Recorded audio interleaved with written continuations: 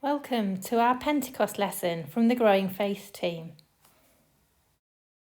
So what is Pentecost? Hello. Soon we will be celebrating the festival of Pentecost. Pentecost is the celebration in the church that remembers that when Jesus was going back to his Father, before he ascended at the ascension, he told them, the disciples, that he would send a helper. And so we're going to be thinking about Pentecost and what that story tells us today.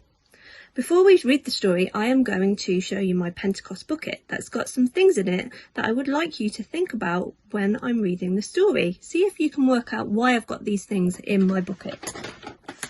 So, here's my Pentecost bucket. Can you see it? So, in my bucket, I have got a map. It's a lovely map. A map of the world. Got all the animals on it and all the people on it from all around the world. I've also got in my bucket a bottle of wine. I've got a fan. I've got a present. And I've got some guidebooks and some places that I've been to recently. I've got a speech bubble. And a cloud.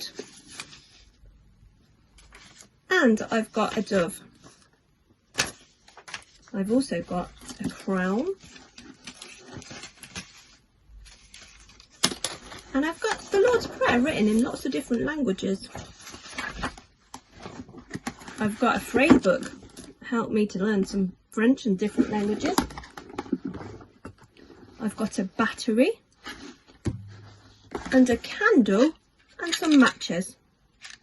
Now, you're probably wondering, what have all those things got to do with Pentecost? Well, hopefully, as I read the story, you will see why some of those things are in there. I'm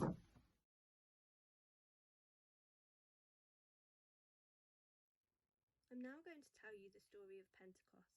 I'm going to use the version from the Jesus Storybook Bible, but you can use any version from any Bible that you happen to have. Jesus' friends and helpers huddled together in a stuffy upstairs room. Even though it was sunny outside, the shutters were closed. The door was locked. "Wait in Jerusalem," Jesus had told them. "I am going to send you a special present. God's power is going to come into you. God's Holy Spirit is coming." So here they were, waiting. Actually, mostly what they were doing was just being scared and hiding. You can't blame them. Their best friend had left.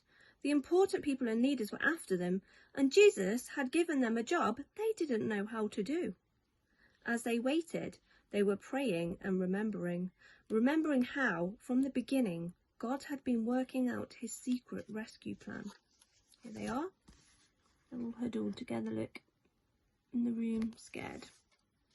Suddenly, a strong wind filled the little room, whistling through the walls and rustling the straw on the floor. And there, on everyone's heads, shining in the gloom, were flickering flames, fire that didn't hurt or burn. And something more. Inside, in their hearts, they felt a strange heat, almost as if all the coldness and hardness were melting away, as if their broken hearts were mending, and God was giving them brand new hearts, hearts that could work properly. How it happened, they didn't know, but they knew God's power had struck their hearts ablaze, and Jesus himself was coming to live inside them. They had seen Jesus go away, but now he was closer than he'd ever been, inside their hearts. And this time, nothing could ever separate them. Jesus would always be there, with them, loving them, whispering the promise that would get rid of the poison and the terrible lie and the sickness in their hearts. God's wonderful promise to them: "You are my child and I love you. Make your home in me as I make my home in you," Jesus had said. Could it be? Heaven was coming into their hearts. Here they are, look. There's the flames of the Holy Spirit. Though, of course, they couldn't stay in the room. They had to leave because they had to tell other people this good news. They threw open the shutters. Sunlight flooded their room, as love had flooded their hearts, and the little room was filled with happy noises, dancing feet, singing and laughing. They unlocked the door and surged out into the streets as if they had never been afraid. Peter spoke in a loud voice so everyone could hear. "Jesus died for you," he said, "because he loves you, because God made him alive again. He has rescued you." People stopped and listened. The words sank down deep into their hearts and worked like a medicine that makes you well, like the antidote to a deadly poison, like a kiss that wakes you from a deep sleep. "Stop running away from God," Peter said. "Run to him instead, so he can love you and make you free." And Peter told them the wonderful story of God's love. God's never stopping, never giving up, unbreaking, always and forever love. How Jesus had come and all that had happened. There were lots of people from faraway countries in Jerusalem. They couldn't speak the same language, but as they listened to Peter, everyone could understand what he was saying in their own languages. Many people believed, and became Jesus' new friends and helpers. And the wonderful news of Jesus spread like sparks from a fire to villages, towns, cities. Every day, more and more people believed. And so it was that the family of God's children, his special people, grew. And on that day, they grew from 300 disciples to 3,000. It was the birth of the church. And when we celebrate Pentecost, we're celebrating the birthday of the church. I hope you were listening really carefully to that story and you were thinking back to the things that I had in my bucket. And perhaps now you can work out what they might be and what they might represent. You can rewind the video if you want to hear them again. Let's take a moment to reflect on the story. I wonder why the Spirit is like the wind. I wonder why the Spirit is represented as a flame. I wonder why the first thoughts of the people who encountered the disciples that day thought that they were drunk. I wonder what it felt like for people of different countries to hear those special words in their own languages.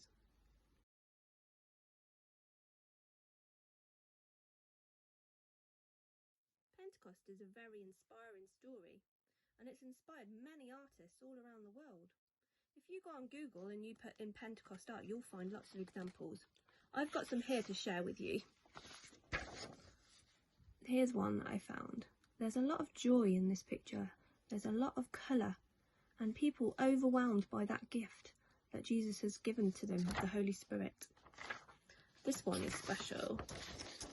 You can see the diversity of all the people from all the different places and all their different languages here.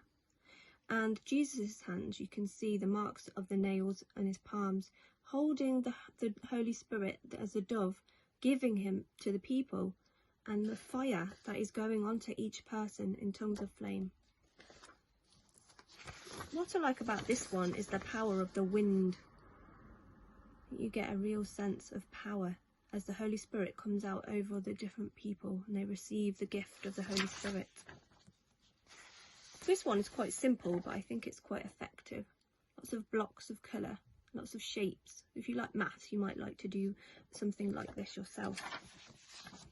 This one uses all the colours of a flame, and it's almost like a heart, with all the people beneath the Holy Spirit represented as a dove, gathered in close as they receive the power of the Holy Spirit. And this one is more abstract. It's in like a mosaic. We've got the dove representing the Holy Spirit, and then all these different colours, which represents the diversity of all the people that received the Holy Spirit that day and who have received the message of Christ and become Christians ever since. Now you might like to do your own Pentecost art, so you can choose as many different colours as you like and see if you can represent some of those key symbols: the Holy Spirit as a dove, the wind and the flames, and the diversity of all the people that received the Holy Spirit at Pentecost.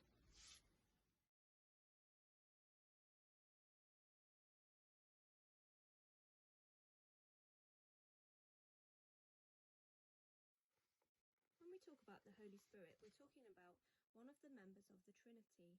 The Trinity is the belief that The Christian God is three persons in one.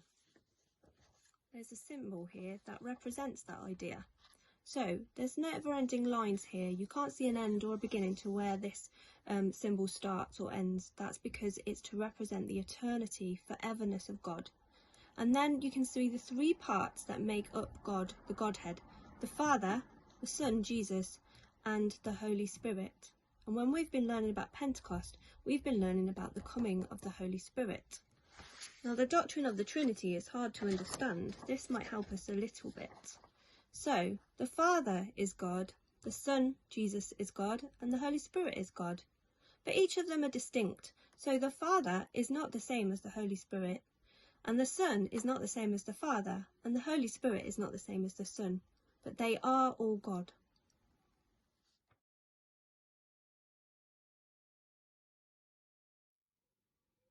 The story of Pentecost is quite powerful, and you might want to spend a bit of time reflecting on it. This might help you to do that. Have a think about the things that you think about a lot in your life. The things that you like to look at. The things you like to listen to and give your attention to. The things you like to do with your hands. And the places you like to go. How is the Holy Spirit guiding you in these things?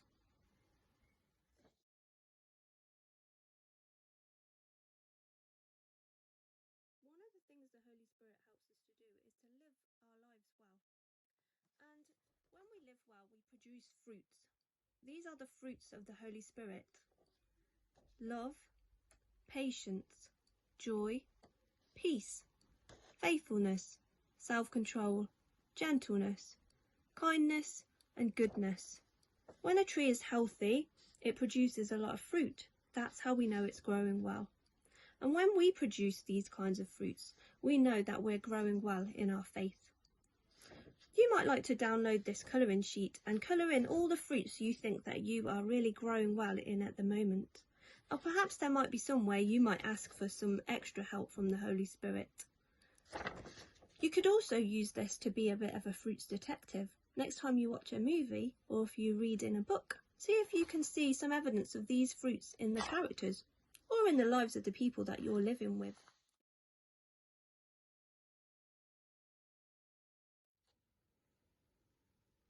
This is a liturgical calendar or liturgical cycle. This diagram helps us to know whereabouts we are in the church's year in terms of the times of preparation, like the purple times, Advent and Lent, and the times where we're celebrating important festivals like Easter and Christmas. We've recently celebrated Easter and Ascension, where Jesus has gone back to his Father. Before he went back to his Father, he told the disciples he would send a helper, the Holy Spirit. And this is what we celebrate at Pentecost, this red area here. Following on from Pentecost, we have this long time of green, ordinary time. That's green for growing.